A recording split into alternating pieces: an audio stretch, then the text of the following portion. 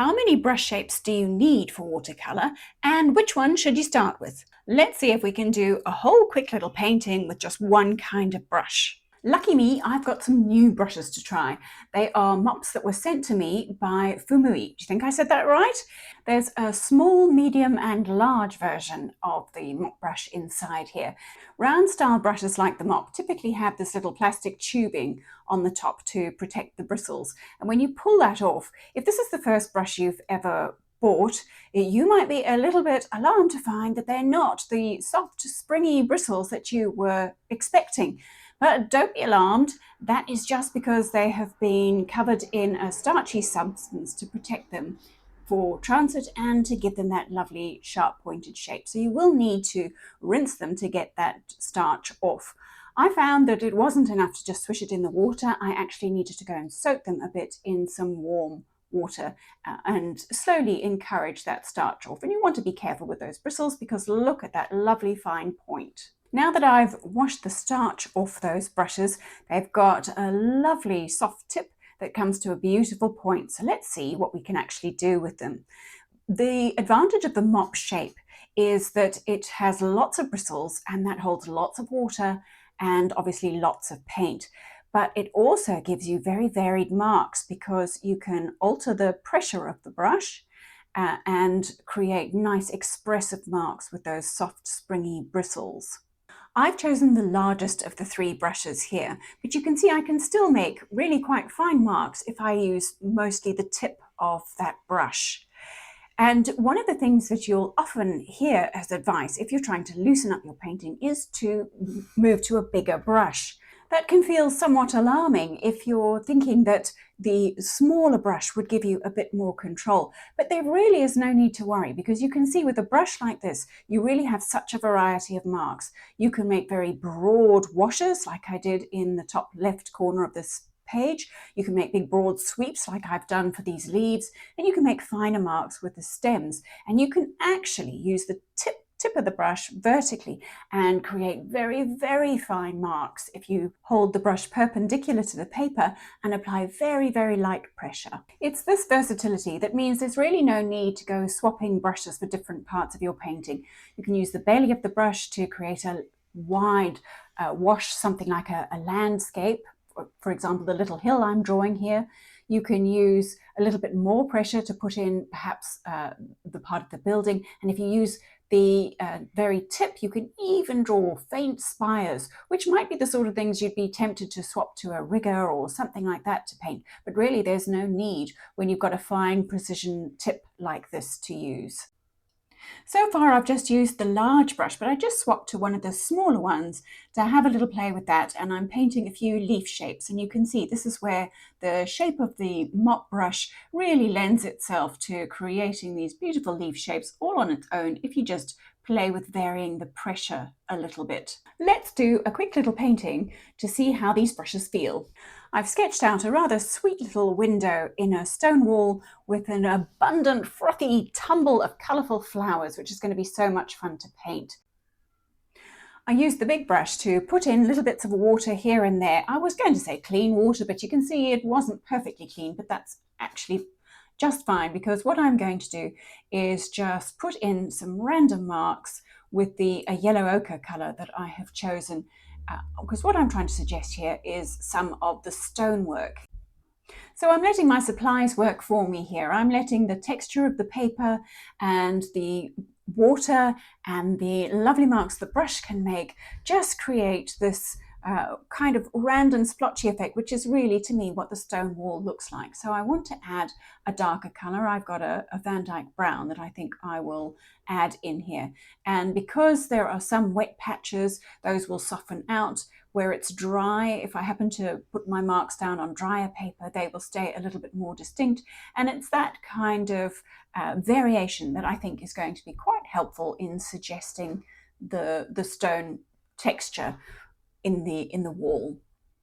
I can soften it off, and this is where I'm really enjoying this rather lovely soft brush.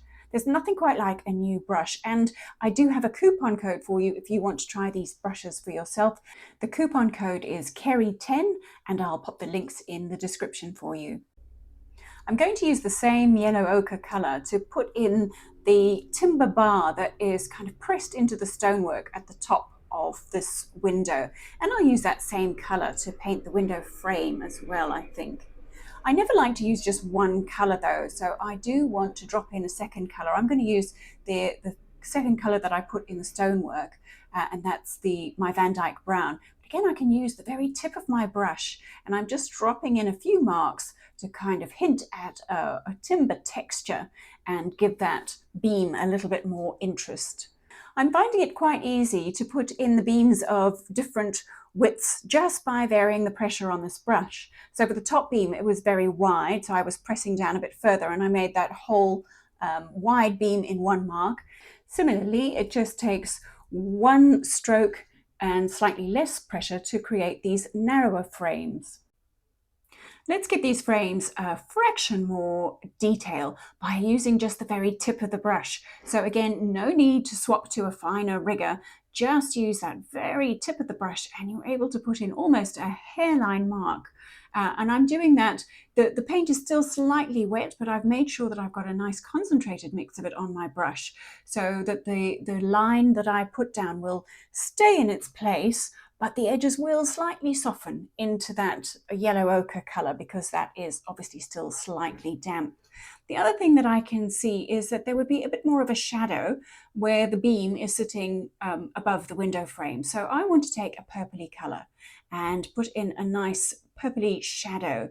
The purple is so lovely against the yellow ochre. So that's, purple is a colour I can't really resist when I'm painting anyway. But my excuse today, not that I need one, is that I definitely need a bit more of a shadowy colour under that first beam. And it's a good idea to pop it into a few other places. So the corner of those frames is a good candidate.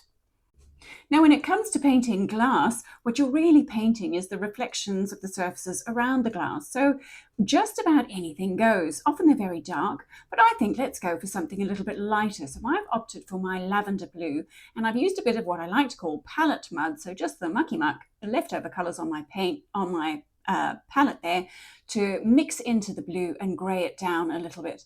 And this brush, if I push it down, I can create almost the whole glass pane shape in one go, which is really very helpful.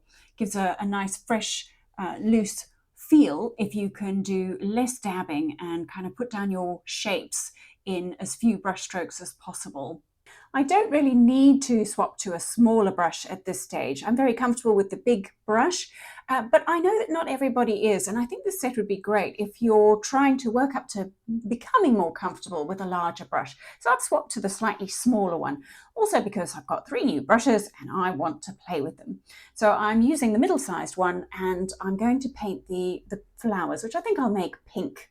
So I've put in little bits of water because I like the element of surprise where I've got some soft edges and some harder edges depending on whether the paper is dry when I put down my mark, similar to how I was approaching the wall.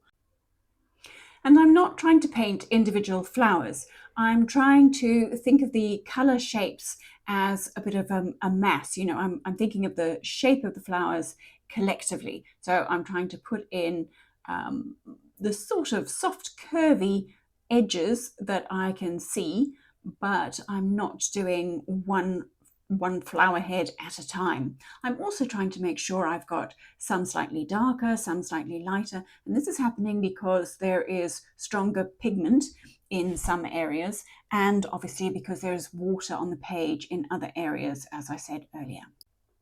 Shall we have a play with the third brush? This is the baby one of the set. It's the number 2. Why not? I'm going to put in a little bit more variation. We've said we've already got some variation, but I want to put in a suggestion of the centers because in the flowers that I'm looking at have quite a dark center. So I've got a color called quinacridone violet. It's another one of my favorites, and I'm going to drop that in. It can be a bit tempting to try and put this central dot right in the center of the shape that we've made. But bear in mind that because each of the flower heads is turning in different ways, it appears as though those centers are not exactly in the middle of every single flower. So really, you want to be as random as possible. It's one of the places where it pays to be a little bit I'm trying not to say careless, but you know what I mean. Don't try too hard, because if you make it look too perfect and put the centers right in the center, you're actually going to make it look a little bit unnatural. But speaking of unnatural, I do have this wild colour called opera pink. If you know, you know. If you've got opera pink, you just want to use it. So I've put a little bit of opera pink on my palette, and I'm going to drop in a little bit of that just to brighten up some of these flowers. So I just want it to be like random glints of light and shadow on these little blooms. Now, one of the things that's really going to bring this to life is to add a little bit of greenery. Because we're using pink for the flowers, what's the color that's opposite pink on the color wheel is green. So the pink next to the green is always going to be quite exciting to look at.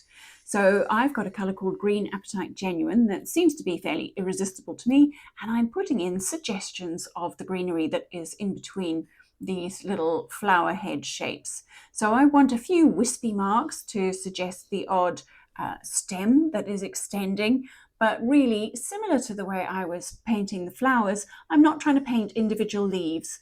I'm trying to suggest the sort of collective shapes, and to remember that there are lighter leaves and darker leaves, and to also try and not have this big shape of the flower box here end up being too uniform and round. We do have a tendency to want to kind of smooth out all the edges, but I want to make sure I've got little leaves sticking up here and there, so little dots and dashes is really all you need to kind of suggest a leaf sticking up or a stem poking down.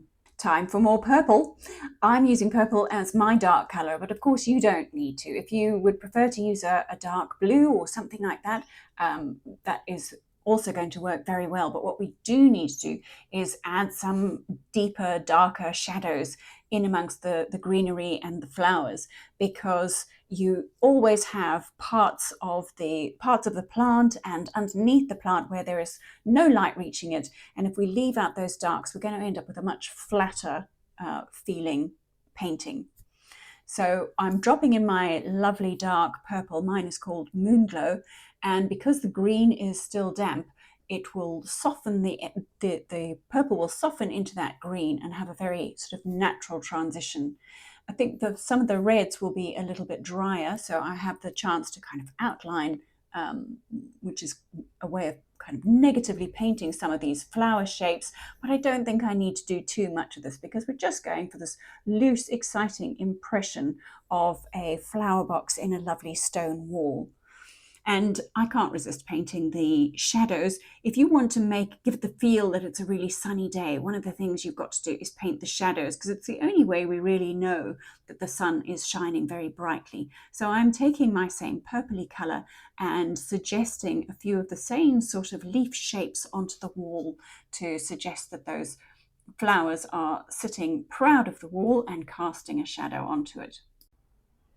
I had originally planned to just paint this little window box and, the window and the flowers and leave it at that. But I do feel like the bottom of the painting feels somewhat unfinished, and I think we'd quite like to not have our wall floating. So I've swapped back to that big brush, because it really is quite irresistible to me. I do love a big brush, and I'm using the belly of the brush, turning it on its side to sweep in nice broad brush strokes to suggest the floor. I've changed the angle so that it makes it a little bit clearer that there is a change in plane, from the wall to the horizontal floor. And I can't resist a bit of splatter to finish it off. It doesn't take much to give a loose, expressive suggestion of flowers. And if you'd like some more practical tips on that, you'll want to paint these sweet peas next.